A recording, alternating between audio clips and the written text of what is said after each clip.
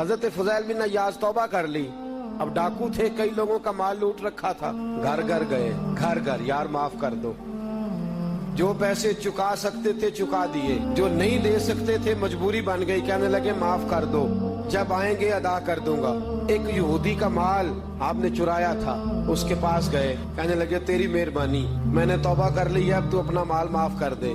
بہت بڑا ریت کا ڈھیر تھا, 15 آدمی بھی لگ کے اٹھا نہیں سکتے تھے. کہنے لگے فضیل تو مال نہیں نہ دے سکتا, تو ریت یہاں سے اس پہاڑ کے قریب سے اٹھا کے اس پہاڑ کے قریب رکھ دے. حضرت فضیل بن عیاض کہتے ہیں میں نے ریت کی طرف دیکھا, میں نے کہا میں تو اتنی مزدوری نہیں کر سکتا, میں نے تو ڈاکے مار کے وقت گزارا ہے پچھلی ساری عمر. فرماتے توبہ سچی تھی, تو میں نے کہا مولا میں نے سنا ہے جو تیری بارگاہ کی طرف رجوع کرے تو رحمتیں بھی فرمایا کرتا ہے. فرماتے شام کا سناٹا, میں گیا, ابھی تھوڑی سی ریت ہی میں لا کے رکھنے پایا تھا کہ عشاء کا وقت ہو گیا. کہتے میں عشاء کی نماز پڑھنے نکلا تو تیز آندھی آئی, اور واپس آیا تو جہاں اس نے ریت رکھنے کو کہا تھا ہوا نے ساری ریت اٹھا کے وہاں تک پہنچا دی.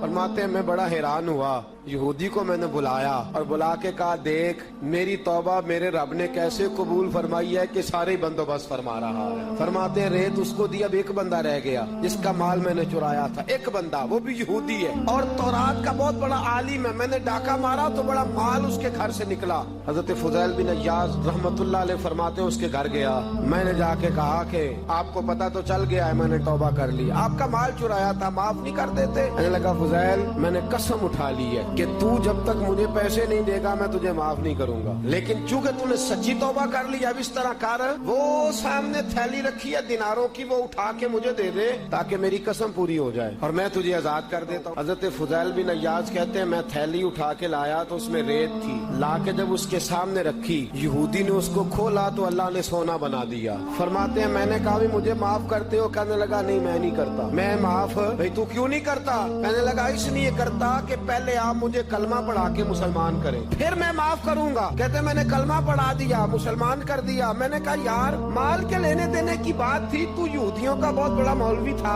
تو نے کلمہ کس طرح پڑھ لیا؟ تو کہنے لگا میں نے تورات میں پڑھا تھا کہ مسلمان جب توبہ کر لیں گے, کہ محمد عربی صلی اللہ علیہ وسلم کے نوکر جب توبہ سچی کریں گے, مٹی کو بھی ہاتھ لگائیں گے تو اللہ سونا بنا دے گا. میں نے مٹی رکھی تھی, 2 باتیں آزمائی, پہلے تو یہ کہ تیری توبہ سچی ہے کہ کچی ہے, اور پھر یہ آزمائی کہ یہ فرمان سچا ہے کہ معاذ اللہ غلط ہے. کہتے ہیں جب تیرے ہاتھ لگنے سے ریت واقعی سونا بنی تو دونوں باتیں سچ ثابت ہو گئیں. تیری توبہ بھی بڑی سچی ہے اور تمہارا مذہب بھی بڑا سچا ہے. میرے دوست یاد رکھ, تو اس راہ کا مسافر بن تو صحیح, تو خلوص کے ساتھ توبہ کر تو صحیح. ہم نے چند دنوں تک بھی اپنے آپ کو کبھی خالص مومن, خالص مسلمان بنایا ہوتا تو اللہ ہمارے لیے وہ سارے اسباب پیدا فرما دے جن کی ہمیں ضرورت ہے.